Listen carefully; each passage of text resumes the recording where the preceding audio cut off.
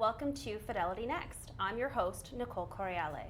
Over the last year, we featured a number of Fidelity Canada employees highlighting the breadth of opportunity and vibrant culture within our workplace. But one area within the Fidelity sphere we have yet to explore is Fidelity Clearing Canada, or FCC. So what is FCC, and what types of roles are available?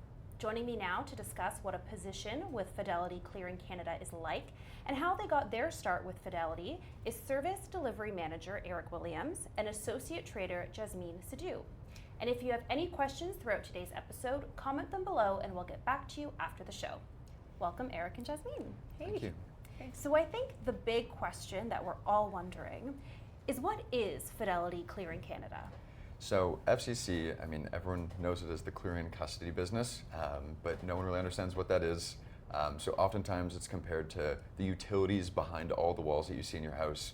So various retail investors will come, instructions to their advisors or their wealth managers, and basically upon the execution of that, that is where FCC takes over. So you want to buy Apple, well, we'll get the order into FCC, and then from there, FCC takes over. So from Jasmeen's desk with going to market, filling the order, all the way through to clearing that, which is exchanging cash for the actual position, and then custodying that asset and keeping it safe within the client's account. And along with that, it's all the account administration that goes along with that. So you think about your account at any of the number of retail investor arms that are in Canada, all that information is what is stored at FCC, and then that goes through to your advisor or your portfolio manager for them to run their business. Wow, so that's a really crucial, important part of investing that is needed. And it actually kind of sounds exciting, if you ask me. So you're the service delivery manager. Yes. So what does that entail? What is your role? So my role is really, if something isn't going the way that our clients expect it to go, I'm going to step in, and whether that's getting them to where they need to be, so giving them all the information and how to interact with FCC, or if that's making sure that their client gets what they're looking for from an instruction standpoint, I'm really there to make sure that all the information is passed along to the client, and then as well as make sure that everything has gone smoothly. So do you speak directly with the client? So I'll speak with an advisor, I see. or the, I have a structure called a middle office, so basically the support team to the advisor, and talk with them on a daily basis to see what's going on, what can we help solve, really make sure that problems disappear as quickly as possible. Amazing. So you're the problem solver. I am the problem solver. And Jasmeen, you're an associate trader. So what does that mean? So I essentially deal with the trade desk all day long. We have, a multi-asset trade desk where we trade equities, we trade fixed income, we trade sec lending, loaning and lending of stocks. So all day long I'm kind of working mostly with the sec lending team, or I'm working with the equities team, or I'm working with the fixed income team. So my associate trader role is very much a lot of legs, a lot of arms, reaching out to all the team members that I have and kind of helping them along the way all day long. That sounds like a lot. I need to digest that. So it Yes. seems like your role is extremely busy. Yes. If I mean, For sure. Yeah. both of your roles are busy, but I feel like yours is like Yes. go, go, go. How did you guys get to where you are today? Yeah, so I originally came to FCC in 2020 as a student. I started in operations, so dealing with mutual fund trade rejections, making sure that those got to the fund companies appropriately, and then I ended up coming back to the same team. My manager reached out to me and with a project that seemed interesting, and I took that up, and after almost 3 years at FCC, made the transition to service delivery, just because I was excited to work more closely with our clients, and also just to get a little bit more exposure to the expanse of the business. We have a lot of departments that do a lot of things, and I was more intrigued to really go somewhere where I can learn something new every day. How long was your co-op program? So it was 4 months. 4 months. Yeah. Okay. And what were you studying in university at the time?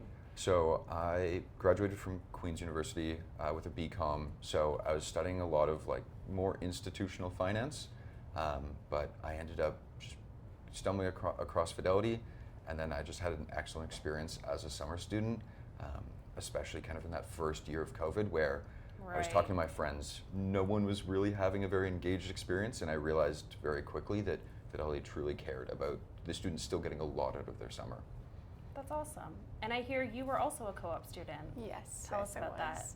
So I was a co-op student for 3 terms at Fidelity. I did a term in risk management in the FIC side, and then I also did finance in FIC, and then I went to do finance at FCC as well. So all 3 different terms, very, very different work in each of them, and I really valued how Fidelity, you know, when you're a co-op student, they allow you to go to so many facets of the company to see network, work, and you know, all the connections that you can build, essentially build all this experience for Fidelity, and to one day come back to them even, you know, with a lot more breadth of work that you could accomplish if you just stayed in one position. Right.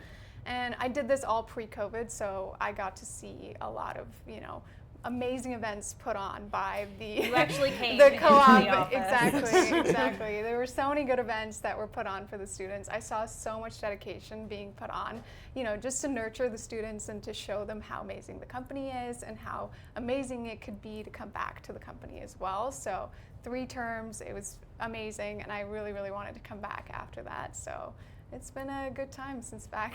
That's awesome. Yeah. And that's what we've heard. We've done a number of these shows interviewing current, you know, Fidelity employees, and a lot of them say who've had the co-op experience that what was nice is that they could try out different departments, so to speak, and get a feel for what works for them. Did you just fall in love with FCC, or how did that happen? Because you did try, or you know, have a term with Fidelity Investments Canada, FIC.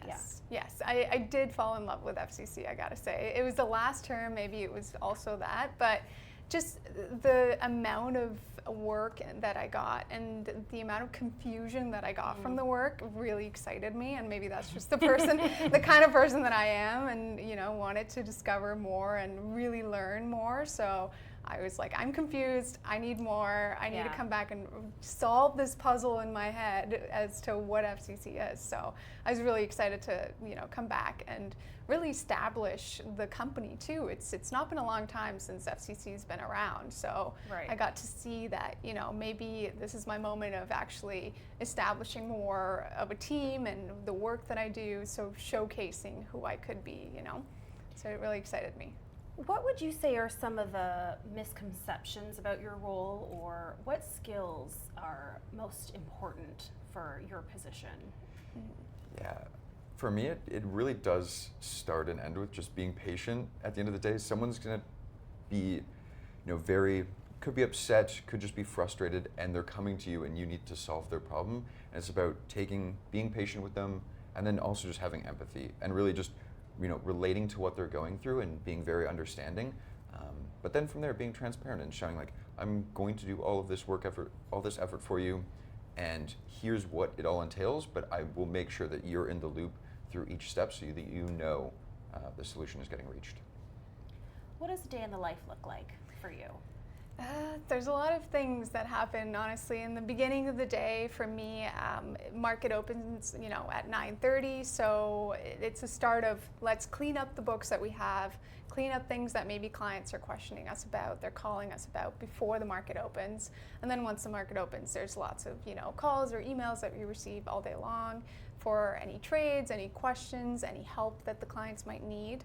And then market closes at 4, and then after that is more of a closing period for us. Right. So we tend to close out any positions that we have or anything, you know, lurking in the books that we need to clean up and talk to our clients about, or even our team. So we always have a lot of communication going between our team members. There's a phone system that we share between the whole team where, you know, there's Hoot that we all speak into. So if somebody's calling somebody, you do the Hoot and you go, hey, call for John, please pick up the phone, or transfer the phone lines and things. So all day long, everybody's aware of what you're doing, even though we are hybrid work. So, you know, I work at the office twice a week, and then the rest is from home, but it's still very cohesive. We're all aware of what we're doing, and it's a lot of go, at, you know, from the 8:30 mark to the 5:30 or 5 mark for us. Eric, I wanted to ask you, do you have a lot of is it a lot of teamwork, or I know that you're constantly speaking with the advisors, helping to problem solve, but is it more like your own independent sort of problem solving, or? So there's definitely a piece of independence to it in terms of the interaction, but within the team, almost the entire time, there's an active dialogue ongoing. Okay. So we're actually kind of split up by the clients that we're servicing. So you have like a little group of 5 people who are all working together to cohesively solve problems. Because with the complexity of the business, there's always new things coming up, and you always need to engage maybe a different perspective or someone who might have a little bit more experience to really understand, what's going on and then how to appropriately go back to the client. So it feels like I'm constantly on Teams, just connecting with people and making sure the day is going smoothly. Is FCC's rule or mandate also, when it comes to hybrid work, how does that work? Is it 2 days a week, or is it 4 times a month? It's really dependent on the team, I think. So I know for Fidelity, we are required to be in 4 times a month. Correct. So, and then it really reaches out to the team. Oh, so, I see. Yeah. Okay. So do you just choose to go in twice a week, or it's, okay. Yeah, for me it's a choice. I do love to see the contact that happens in the office. So hearing my coworkers talk to clients over the phone really helped me kind of develop my skill over the phone. So it's not no longer, hi, this is Jasmeen. Right. It's more confident, it's more aware of who I am and what I'm doing. So it's really leveled up my skill versus being at home. Yeah. Right. Being in the office, it does add a bit of pep in your the way you do your work, I must say. Yes. There's always people around. So it's not just you sitting at home and no one really sees you.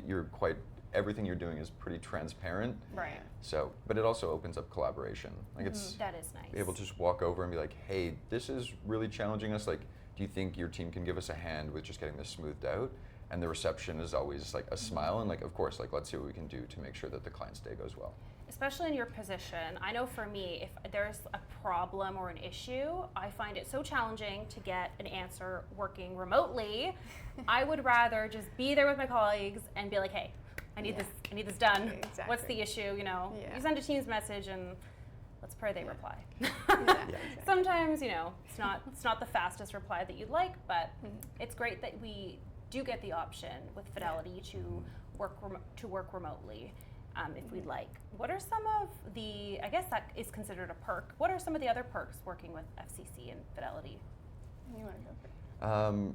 With FCC, and I think, Jasmeen, you spoke to this, having come 3 years ago and watching the company expand, I think the big piece that kept me along for the ride is you become very quickly exposed to a lot of the different areas, and everyone's so willing to collaborate and have a conversation and just be one big team that is FCC. Because at the end of the day, when you're kind of in the background of the wealth management industry, it needs to be cohesive, and that's been the one thing that has really kept me within FCC is everyone is so willing to help, and then also just the people are fantastic. I can't get past that part.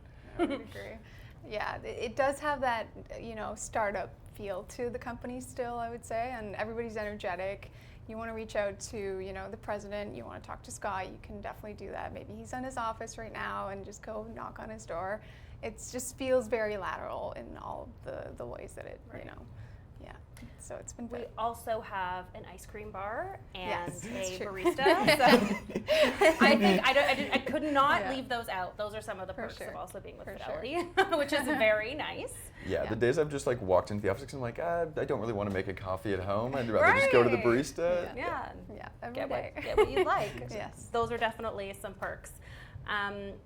What would you say are some of the skills that someone watching today, maybe looking for a career or opportunities with Fidelity and FCC, what skills would you say are important for them to possess and really hone in on? Yeah, I think in an element of every job, there's problem solving. Just being able to, look at what's in front of you, really be able to read through it, have a comprehensive understanding of, what the problem that sits in front of you is great, and then being able to really speak the language and having excellent communication skills, because not everyone communicates in the same way. Some people are direct, some are indirect. So being able to really gather that and then return back in whoever's communication style that you're talking to, it really does benefit you greatly, not just in like a client services related role, but also across the board. For my role, I would say definitely multitasking. If you will be, asked to do one thing at a time, but also other certain things, and then you need to know. Yeah, you need to know how to prioritize as well, and also one of the biggest thing is how to pick up the phone and call people, because I know some people are hesitant to call, there are a lot of people like that exactly. who still struggle to book their own dental appointment. Yes. I'm not shaming anybody, exactly. but it is important to be able to do that, to pick up the phone and cold call somebody. Yes. So definitely a lot of calling in my job all day long. You're calling or you're receiving calls. So being able to speak to the client, as Eric said, with the same communication style also really works well. And just hearing them and understanding their problem that they might be having. Empathy again. Yes, yeah, exactly. That's a big one. Yes. I do find a lot of people, there's like two things they're really passionate about, is family and money. Yeah. And we're dealing with a lot of people's money, so we have to be very empathetic, of course, understanding, and then communicate that properly. And I think it's important to address, again, to those watching today, how important communication is. I have hosted a number of these FidelityNext webcasts now, and no matter who I speak with from different departments, communication is key. So if you do feel that that is a struggle for you or a weakness, perhaps taking a speaking lesson or like a Toastmasters type of debating workshop to brush up on your skills of how to present in front of people, that is very beneficial for you, not just if you looking for a position with Fidelity, but anywhere in life is very, very key. Well, this has been a pleasure. What message would you like to leave students with who are looking for a career here at Fidelity? At the end of the day, Fidelity is a fantastic company, but it all starts with taking the first step and reaching out and talking to someone who works at Fidelity right now and learning more and really like getting into the company in any way possible. At the end of the day, we have a fantastic intern program where I think it's going up to 75 roles come the summer. So it's just taking that first step and just being willing to put yourself out there and really learn and engage with whatever it is you want to do.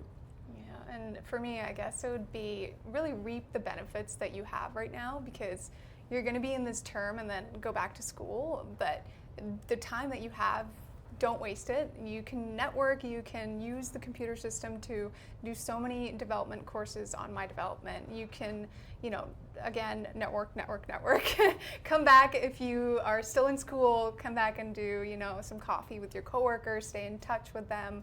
But learning is going to be the top priority for me. It was, and I really learned a lot while I was here and did not waste a minute of my time just, doing the tasks that I was given. Always think outside of the task. Why am I doing this task? What can I do better? So that really did definitely put me above and beyond my other co-op students. Well, thank you both for sitting down with me today. This has been a pleasure. Thank you for tuning in to today's episode of Fidelity Next. We hope you're feeling more inspired to start seeking out new opportunities. If you're interested in working with the Fidelity Canada team, you can explore more opportunities via www.careers.fidelity.ca. For Fidelity Next, I'm Nicole Coriale, and we'll see you on the next episode.